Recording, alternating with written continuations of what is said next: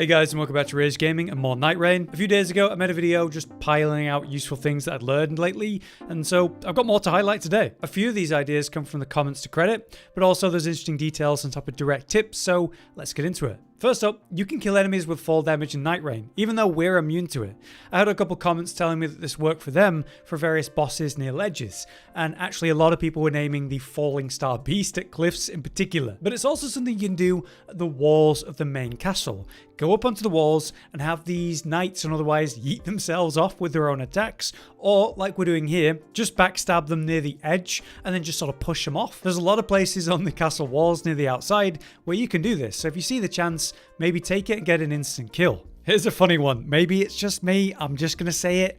You know, basic normal sprinting from Elden Ring is still here. You hold on a controller like B or circle and you sprint like normal. It's the left stick in that causes the surge sprinting, which is, you know, double, triple the speed and what we basically all are doing. However, when you're in the middle of combat, the stamina cost from surge sprinting is insane. And we all know from the Light Lord fights that, man, we do a lot of running around while these bosses do attacks that take them 10 miles the other direction. So, even though normal sprinting feels so slow, now I'm used to surge sprinting, be aware that it's still an option and a very good idea in the middle of combat when the target's far from you. Next, did you know that you can actually replay the opening tutorial, and if you beat the Omen, you get a special item. It's a relic with a force setup like the pocket watch. It's called the Fell Omen Fetish, and it provides you with a bonus to switching weapons, boosting your attack power whenever you do it. It improves throwing knife damage and gives you 1 level to vigor. This is also a blue relic, and I don't have a lot of great ones for that, so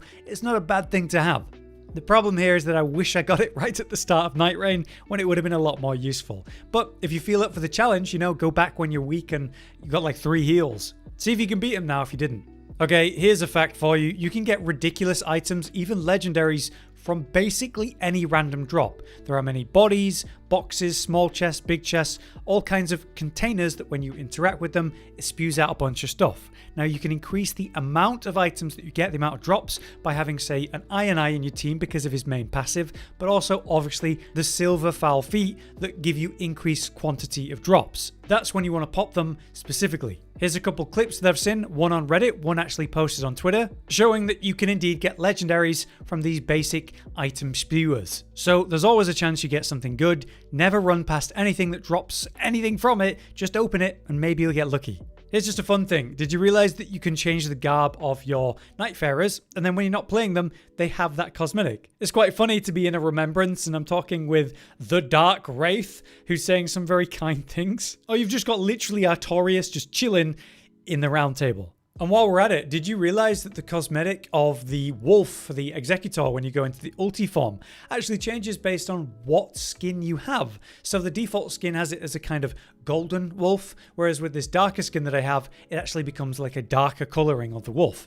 Next, you might have seen that popular Reddit clip in which a player is climbing the castle from the outside super quick. But in case you haven't, absolutely start doing this. It lets you reach the greater boss on top of the castle really quick. To do it, all you need to do is approach from the west side and run up the fallen wall. Just above you, you see this flatline ledge that actually runs around a lot of the length of the castle, so there's lots of ways to hop up onto this. Anyway, once you see it, hop onto it, and you can run around the ledge all the way around different places of the castle, avoiding enemies at the same time. And before long, you come to a place where you can climb in and up, and it gets you to the top of the castle where that greater boss is going to be. Do be wary, because if someone has aggroed the gravity enemies on that side, sometimes they'll throw range attacks that could knock you off the wall. Fortunately, that would never, ever, ever happen to me. So do be patient if someone's ahead of you doing this and they have aggro. Either way, it's the fastest route to the top of the castle from the outside for sure, and lets you get around the castle in some different ways, because those ledges are all over the place.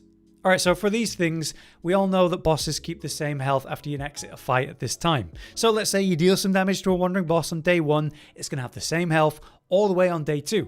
You could quite literally start the fight and leave the fight, recover your flasks and healing, go back in and finish it, or just come back the next day. Another key aspect of this is the fact that when you die, you don't actually lose anything. What happens is you go down 1 level and the runes that would get you back to where you just were are now on the ground. So as you go reclaim them, you can fully re-level yourself back to where you were when you died, essentially giving you no cost to a death. That's a good thing to know. But it also means we can tank the blue as long as we damn well please. We put out our video guide just yesterday about all of this concept, how you could defeat the second night boss, and then instead of going up to the Night Lord, you just go clear all the stuff around the final location. You have just under 2 minutes before the blue damage doubles, but as long as every time you die, you go back and pick up your runes, you don't actually lose anything, allowing you to go clear all kinds of points of locations or even wandering bosses before you ever go up to the Night Lord and feel a lot stronger because of it. It's also an easy way to always get level 15. A fun concept with this strategy then is starting an Everjail on day 1 when it's got, the half health on day 1, and then not finishing it off. Coming back on day 2 now that its rewards have been doubled, so instead of 10,000 runes you're going to get 20, and you're going to get a better passive option, but you can finish it off faster and get better runes and all those rewards because of it. So if you're doing it with some kind of educated guess that you're going to be able to get back there on day 2, it's actually quite the good strat. I've been playing a lot of Executor recently, so here's some good things to know. The wolf form is completely immune to status, so if you're facing something like Libra or maybe Augur, you've got Madness and Sleep build up there, while in the wolf form you just kind of ignore it, and that's really nice. The wolf form itself is also insane for mobility. You can do a dash jump and make ridiculous distances while in this form, so it can be used for traveling, and you might do that while tanking the blue. The parry itself is ridiculous. We all know by this point that when you switch to Cursed Sword, it auto-triggers a parry as you unsheath it. So good to know, right? But it also does that when you sheath it again. So as you press the button to put it away, that also counts as a parry. But the parry itself is kind of crazy. There was that popular clip on Reddit where it turns out you can actually parry one of Augur's tier bomb drops, which is absolutely insane, but it also works on all kinds of silly things. Like say you're facing Libra, the sigils under you, if you parry just before they pop, it will actually mitigate it, even if it's mostly behind you. And this works on all kinds of projectiles and interesting things that feels like it shouldn't, like Augur's water waves and that type of thing. So try parry absolutely everything, you never know. Here's some from the comments of last time. One from Team NHB. Every time that you have enough runes to level up, there's a little arrow that appears next to the number at the top left, which gives you basically a quick indicator of like, hey, you should level up before you risk these runes. That's something I thought was common knowledge, but it had a lot of thumbs up, so I figured I'd mention it. We had another one by Normal Guy 144. He says that he doesn't think people are realizing how much damage drop off there is for bows at ranges. Even though you're eye, you still need to be at medium to close range to actually deal damage, and it's true. Something that I said in the last video is the fact that a lot of eyes just don't do actual aiming where you can aim at the critical points, the heads, the eyes, and deal bonus damage and mini stuns or full stuns. Or the fact that that causes auto walking, which allows you to trigger the walking passives while you're aiming at the same time. Normal guys suggest that you need to also think about the distances, because if you stay too far away, you're doing so much less damage than you actually should be. This is true for all bows in general. But as a fun note, be aware that the big bows, the great bows, they scale with strength. So you don't want to use those when you're an Eye, a dex scaler. You actually want to use those when you're Raider or even Wilder.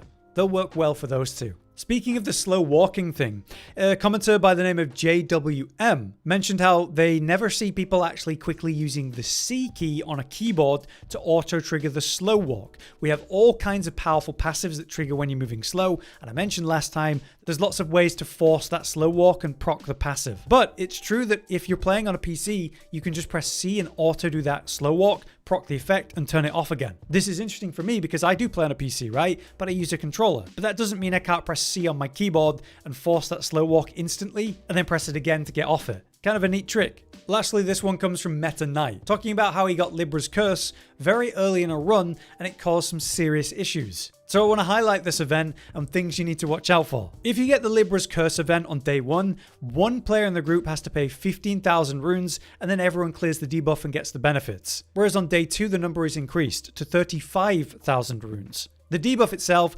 essentially halves all of your health while effective, which is horrible. But after one of you pays the price, you get all your health back, and you get the crazy buff, Demon's Plating. It gives you enhanced attack power based on the amount of runes you're currently holding, so it could be something to consider for the Night Lord. Instead of doing a level up when you reach that final area, you save the runes for a little bit more damage. I've now done this a few times, and I do think it's a neat choice to make. The problem with this one though, is that if it occurs while the circle is moving in, you need to go pay that curse off immediately. I've had it in solo runs where it appears and I don't have 15,000 runes, and as soon as I go off to get them, the circle finishes traveling and he despawns. In these cases, there's no way to cleanse the debuff, so my health was half for the rest of the run. Definitely be very wary of that. It's run ending. But there you have it, a very quick pile of things that I've learned over the last few days of play, and as more information is being spread. I definitely think it's a good idea to get confident about your gameplay now, because we know they're going to introduce harder versions of the Night Lords, the Duos mode, and more soon. If you guys have any extra tips or advice that you think aren't as well known specifically, then please let us know in the comments, we might just talk about it. But until next time, I've been Hollow, you've been you, and thanks for watching. Josh, Cotton, and Hollow with the videos, dropping the humor like a hammer on your tippy toes, bringing entertainment on a daily arrangement to take our insanity and turn it into entertainment. Yes, I said entertainment twice, to reiterate that it is nice to look into your faces on a mostly daily basis when you let us in your homes to make the whole world a stage. Goodbye.